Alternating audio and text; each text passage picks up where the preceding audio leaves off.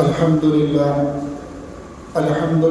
نحمده ونستعينه ونستغفره ونؤمن به ونتوكل عليه ونعوذ بالله من شرور أنفسنا ومن سيئات أعمالنا من يهده الله فلا مضل له ومن يضلله فلا هادي له ونشهد أن لا إله إلا الله وحده لا شريك له ونشهد أن سيدنا وسندنا ومولانا محمدا عبده ورسوله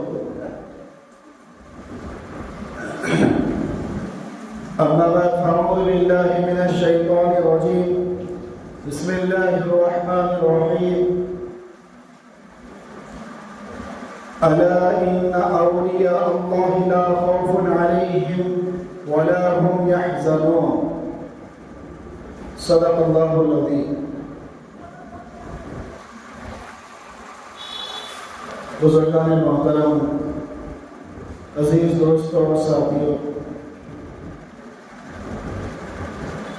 اللہ رب العزت نے سورہ مائدہ کے اندر فرمایا اليوم اکملت لکم دینکم واتممت علیکم نعمتی ورضیت لکم الاسلام دینا. یعنی اللہ رب العزت نے اس آیت کریمہ کے اندر یہ بتلایا کہ دین مکمل ہو چکا.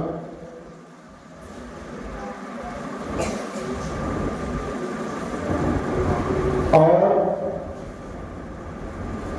آپ علیہ السلام نے فرمایا میں نے تمہارے لیے دین اسلام کو پسند فرمایا ہے. جب دین مکمل ہو چکا ہے تو اس سے بات ثابت ہو رہی ہے کہ اب دین کی جتنی بھی باتیں تھیں، جتنے بھی احکامات تھے، جتنی بھی پابندیاں تھیں، وہ ساری کی ساری قرآن مجید کے اندر اللہ رب العزت نے اپنے حبیب محمد مصطفیٰ صلی اللہ علیہ وسلم کے ذریعے سے ہم تک پہنچا دی. اس لیے حجۃ الوداع کے موقع پر آقا دو جہاں صلی اللہ علیہ وسلم نے جب اس آیت کو تلاوت فرمایا تو حضرت ابوبکر صدیق رضی اللہ تعالیٰ عنہ سمجھ گئے اور رونے لگے. صحابہ نے پوچھا کہ ابوبکر کیوں رو رہے ہو؟ تو فرمانے لگے کہ آج تو خوشی کا موقع ہے. صحابہ نے فرمایا آج تو خوشی کا موقع ہے کیونکہ دین مکمل ہو چکا ہے، اسلام کی ساری باتیں، ساری کی ساری باتیں، سارے کے سارے احکامات ہم تک پہنچ چکے ہیں. تو اب یہ غمگین ہونے کا معاملہ کیا ہے؟ تو حضرت ابوبکر صدیق نے فرمایا کہ دین مکمل ہو چکا ہے تو اب سرکار کے جانے کا غم ہے، سرکار کی دنیا سے تشریف لے جانے کا غم میرے اوپر سوار ہے. اسی لیے سرکار کی جدائی ہونے والی ہے، اس غم کے اندر میں رو رہا ہوں. بہرحال تو جب دین مکمل ہو چکا ہے، دین کے جتنے احکامات تھے، اسلام کی جتنی باتیں تھیں، وہ ساری کی ساری باتیں قرآن کریم کے اندر اور حدیث پاک کے اندر جو ہے موجود ہیں. لیکن آئے دن ہم دیکھتے ہیں کہ جب دین مکمل ہو چکا ہے اس کے باوجود ہم نئی نئی رسموں کو، نئے نئے قاعدے قانون کو دنیا کے اندر دیکھ رہے ہیں. دیکھیے دنیا کے اندر، دنیا کے معاملے میں انسان جتنا چاہے دماغ لگا سکتا ہے. انسان نے دماغ لگایا تو ایک لوہے کو آسمان میں اڑا کر بتا دیا. انسان نے دماغ لگایا تو ایک لوہے کو جو ہے گھوڑے کی رفتار کی مانند تیز بنا کر دکھا دیا. تو یہ بالکل جائز ہے. جتنا انسان دنیا میں جو ہے دماغ لگا کر نئی نئی چیزیں ایجاد کرے گا فائدہ ہوگا انسانوں کو. لیکن دین کے اندر کوئی نئی چیز ایجاد نہیں کرو. اگر ہم اپنے ذہن سے یہ سوچیں کہ دیکھیے اس طریقے سے اگر ہم کریں گے تو زیادہ ثواب ملے گا، تو وہ ثواب نہیں، وہ گناہ ہوگا، وہ بدعت ہوگی.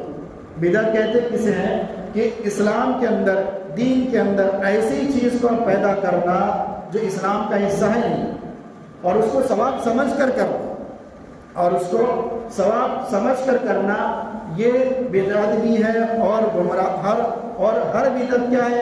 گمراہ ہے. وَكُلُّ بِدْعَةٍ ضَلَالَةٍ.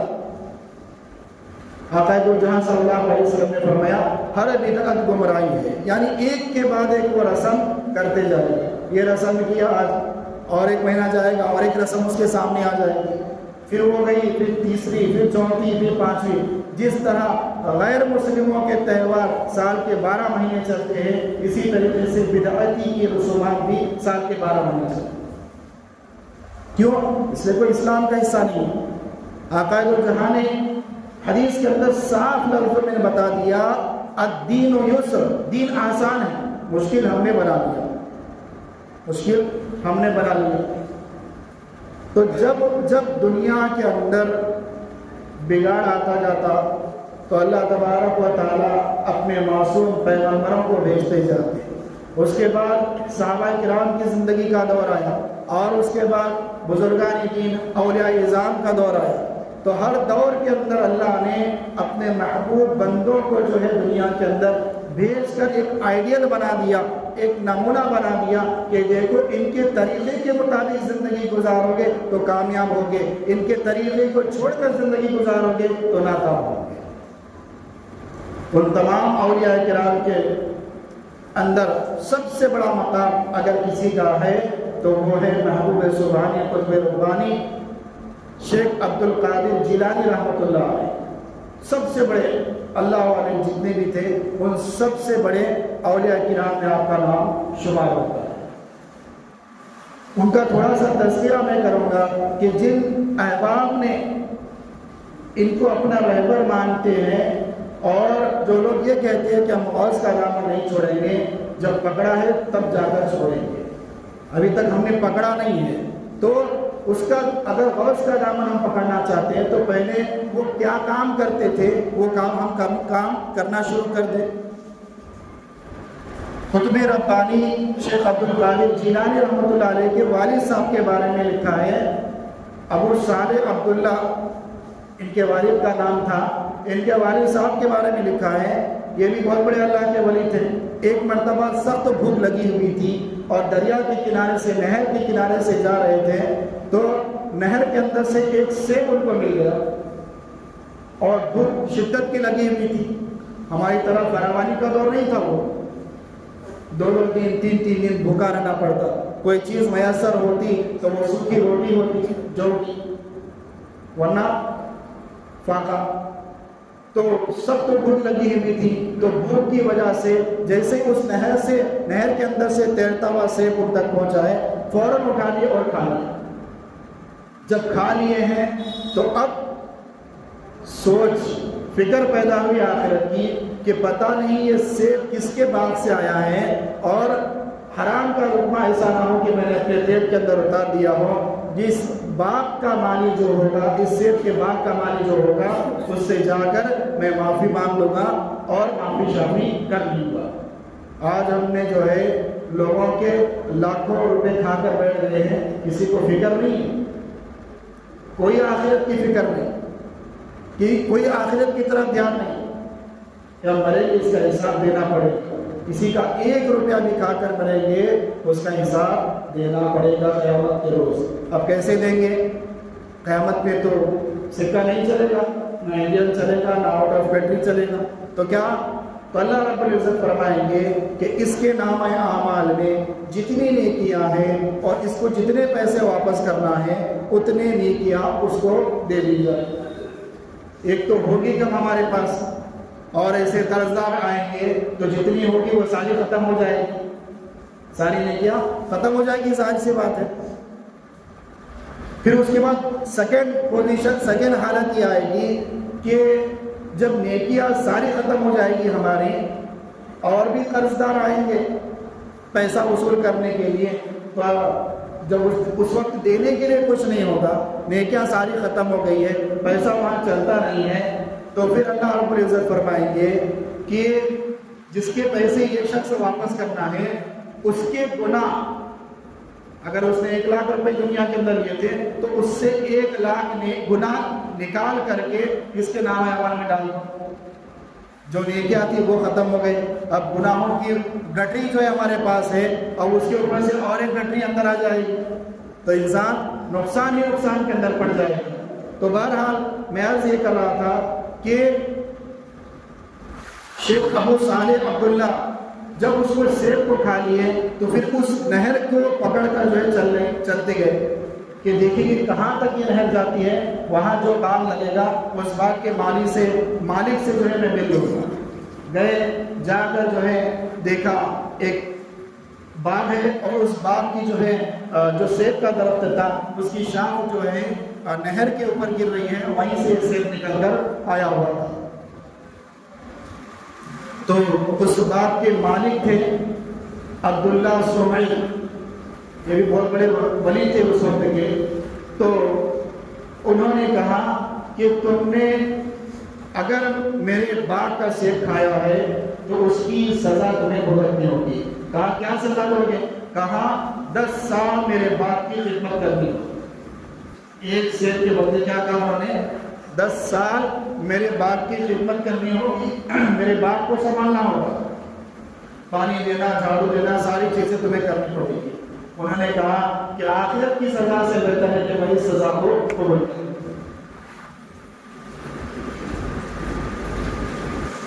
کیوں؟ جس کے دل کے اندر آخرت کی فکر ہوتی ہے وہ دنیا کی سزا کی فکر نہیں کرتا۔ رسول اللہ صلی اللہ علیہ وسلم کے زمانے میں ایک صحابی آئے اور آ کر کہنے لگے، اے اللہ کے رسول، مجھ سے زنا ہو گیا، مجھ سے بدکاری ہو گئی، زنا ہو گیا۔ اللہ کے رسول صلی اللہ علیہ وسلم نے فرمایا کیونکہ زنا کی سزا بڑی سخت تھی، زنا کی سزا شریعت کے اندر بڑی سخت ہے۔ ہمارے یہاں اسلامی قانون نہیں ہے، اسلام میں معلوم نہیں، لیکن زنا کی سزا شریعت کے اندر بڑی سخت ہے۔ اور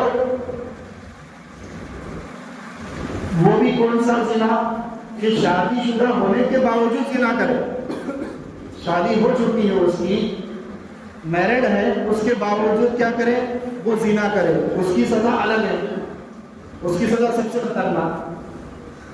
تو وہ صحابی وہ ساتھ آ کر کہنے لگے، اللہ کے رسول مجھ سے زنا ہو گیا۔ اللہ کے رسول نے کہا کہ تو نے زنا نہیں کیا ہوگا، زنا کا ارادہ کیا ہوگا، چلے جاؤ یہاں سے۔ اللہ کے رسول نہیں چاہتے کہ اس کو سزا دی جائے کیونکہ سزا بڑی سخت تھی۔ پھر وہ دائیں طرف سے کہنے لگا، اللہ کے رسول مجھ سے زنا ہو گیا ہے۔ اللہ کے رسول نے کہا کہ زنا نہیں ہوا ہوگا، ہو سکتا تو نے اس کا ہاتھ پکڑ لیا ہو، یا ہو سکتا تو نے اس کو دیکھ لیا ہو، چلے جاؤ، اللہ سے معافی مانگ لے، اللہ معاف کرے گا۔ پھر تیسری مرتبہ آئے وہ اور کہنے لگے، اللہ کے رسول خدا کی قسم مجھ سے زنا ہوا ہے، جو اس کی سزا بنتی ہے دنیا میں دے دے، میرے اندر آخرت کی سزا برداشت کرنے کی طاقت نہیں ہے۔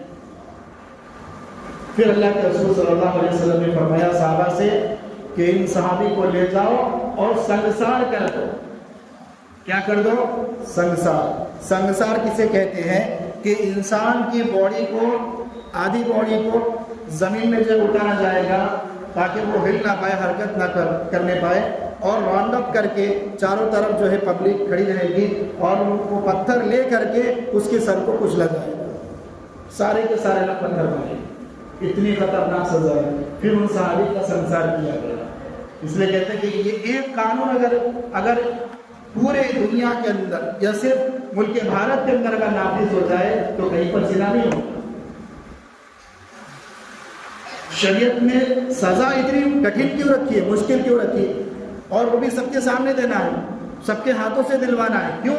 اس لیے کہ مرے گا ایک، سدھریں گے لاکھوں، ایک شہید ہوگا وہاں پر، ایک مرے گا، ایک گناہ کی سزا بھگتے گا، لیکن لاکھوں کروڑوں لوگوں کے دل میں دہشت بیٹھ جائے گی کہ زنا کی سزا اتنی سخت ہوتی ہے۔ بہرحال تو میں عرض یہ کر رہا تھا کہ عبداللہ سمعی نے کہا کہ تمہیں 10 سال تک میرے باپ کی خدمت کرنی ہوگی۔ انہوں نے اپنی زندگی کے قیمتی 10 سال اس باپ کی خدمت میں لگائے۔ جب 10 سال مکمل ہو گئے اور ابو صالح جو شیخ عبد القادر جیلانی رحمۃ اللہ علیہ کے والد محترم ہیں، انہوں نے کہا کہ 10 سال مکمل ہو چکے ہیں، اب میں اپنے وطن چلے جاؤں گا۔ تو عبداللہ سمعی جو باغ کے مالک تھے، انہوں نے کہا کہ ابو صالح تم نے معمولی سا ایک سیب کھایا تھا، اس کا بدل یہ ہو سکتا یا تو تم مجھے اس کی قیمت دیتے تب بھی آزاد ہو جاتے، یا وہی سیب بازار سے خرید کر لا دیتے تب بھی تم آزاد ہو جاتے، لیکن تم نے اپنی زندگی کے 10 سال، قیمتی 10 سال میرے ایک لفظ پر یہاں پر لگائے ہیں، تو اب میں چاہتا ہوں کہ میری ایک بیٹی ہے جو نیک ہے، صالح ہے اور باصلاحیت ہے، با پردہ ہے، اس کا نکاح میں تم سے کروں۔ پھر اس کے بعد اس نیک خاتون کا نکاح شیخ ابو صالح سے ہوا، جو شیخ عبد القادر جیلانی رحمۃ اللہ علیہ کے والد صاحب ہے، ان سے ہوا۔ پھر چند وقت کے بعد، چند سالوں کے بعد انہی کے پیٹ سے، یعنی جو باپ کا مالک تھا، ان کی جو بیٹی تھی، انہی کے پیٹ سے شیخ عبد القادر جیلانی رحمۃ اللہ علیہ پیدا ہوئے، جن کو ہم غوث کہتے ہیں، قطب کہتے ہیں، ابدال کہتے ہیں، محمود سبحانی کہتے ہیں، قطب ربانی کہا جاتا ہے انہیں۔ کس کے پیٹ سے پیدا ہوئے اور پیچھے مجاہدے کتنے ہیں۔ اور چند سالوں کے بعد والد صاحب کا انتقال ہوا اور شیخ عبد القادر جیلانی رحمۃ اللہ علیہ نے ابتدائی جو تعلیم تھی وہ اپنی والدہ کے پاس سیکھی، اور جو گاؤں میں جو مکتب تھا وہاں سے سیکھی۔ لیکن جب تھوڑے سے بڑے ہو گئے، ہوش آ گئی، ہوش آنے کے بعد شیخ عبد القادر جیلانی رحمۃ اللہ علیہ کو شوق ہوا، ذوق ہوا کہ میں دین کا علم سیکھنے کے لیے بغداد جاؤں۔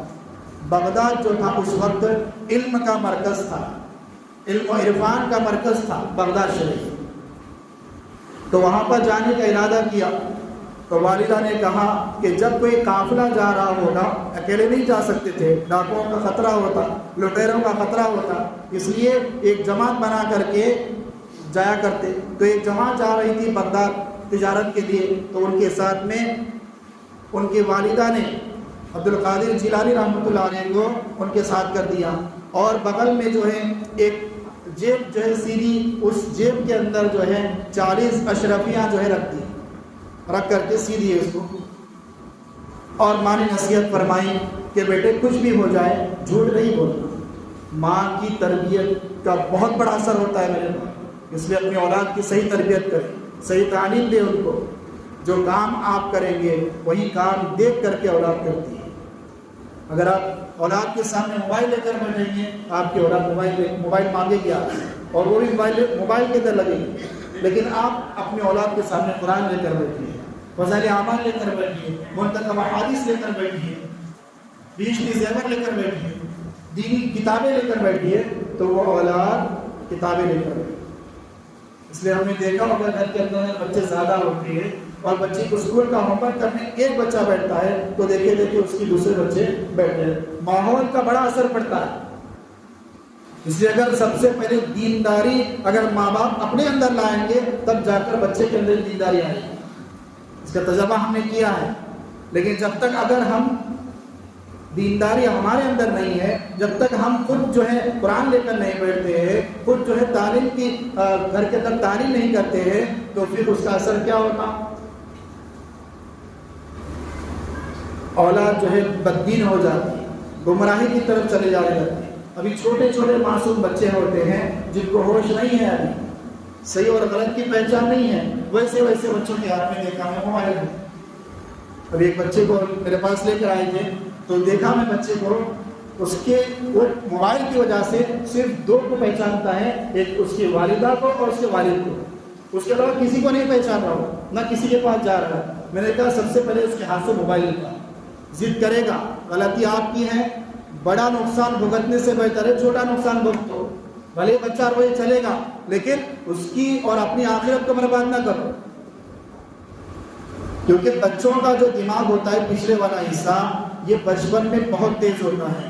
جب جو چیز بچہ دیکھے گا وہ اس کے دماغ میں بیٹھ جائے گی، پھر بچہ جیسے ہی پڑھائی کی عمر کو پہنچے گا، اسکول مدرسے جانے کی عمر کو پہنچے گا، تو پھر وہ دماغ پڑھائی میں نہیں لگے گا اس کا، بس اس کے اندر وہی انٹرنیٹ کی چیزیں بیٹھی ہوں گی، ویڈیوز وغیرہ بیٹھے ہوئے ہوں گے، تو وہی اس کے دماغ میں چلتا ہوگا۔ اس لیے اپنے بچوں کی خوب تربیت کریں اور اس شیطانی فتنے سے اس کو بچائے۔ بہرحال تو میں عرض یہ کر رہا تھا، تو شیخ عبد القادر جیلانی رحمۃ اللہ علیہ 40 اشرفیاں لے کر اس قافلے کے ساتھ نکلے۔ راستے میں جو ہے ڈاکوؤں نے پکڑ لیا، لٹیروں نے پکڑ لیا، سب کا سامان لوٹ لیا، اور شیخ عبد القادر جیلانی اس وقت چھوٹے بچے تھے، ان سے پوچھا کہ بیٹے تمہارے پاس کیا ہے؟ تو کہا کہ میرے پاس 40 اشرفیاں ہیں۔ تو ڈاکو نے سمجھا بچہ ہے، مذاق کر رہا ہوگا. پھر دوبارہ پوچھا تو پھر سے کہا کہ میرے پاس 40 اشرفیاں ہیں.